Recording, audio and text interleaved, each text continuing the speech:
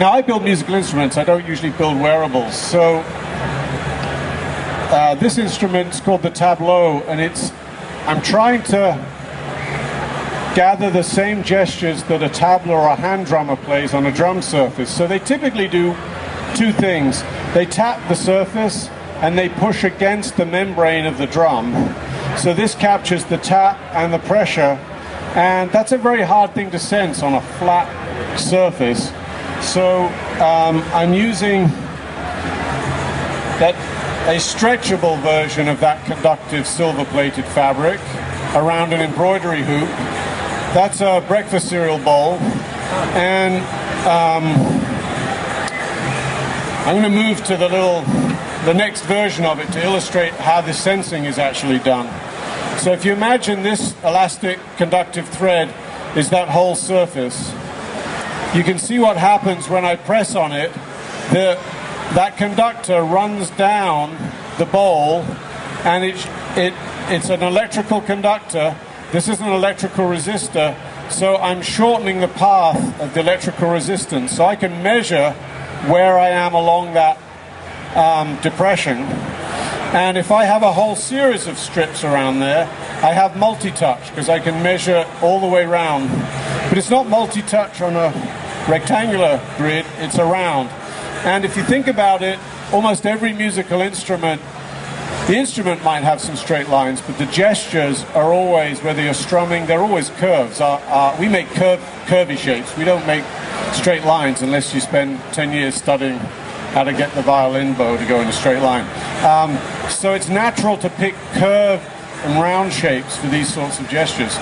Now, when I built this, I discovered it was far more interesting to play it a completely different way. It seems to be always the case with new instrument controllers. I like to play it like this, not as a hand drummer. It has this very organic surface, exploring a surface kind of a feel. And I realized that the actual gesture arriving at the bottom of the surface was interesting. So I added this gray material, or I can use this black material. This is resistive, electrically resistive. It's got a conductive polymer infused in it. That means I can control how much electricity flows through it by pressure. So now I have something that the iPhone doesn't have yet, but the Kindle might soon, because they just bought a company that specializes in this. I have multi-touch and pressure sensing, and that's really important. Most musical instruments you can pluck, but you can also squeeze, and that's an important part of the gesture. So that's a couple of musical instruments. While we're on the multi-touch, my daughter made this on a $100 sewing machine. Most of those sewing machines have a stitch that looks like that. It has a name. Some of you probably know the technical name for that particular pattern. It's a very old pattern. It's used, I've seen it with Roman designs. Anyway, it has this nice property of filling the space, but it runs in a line. So actually you can see it better perhaps there. That same pattern is on this other piece in the other direction.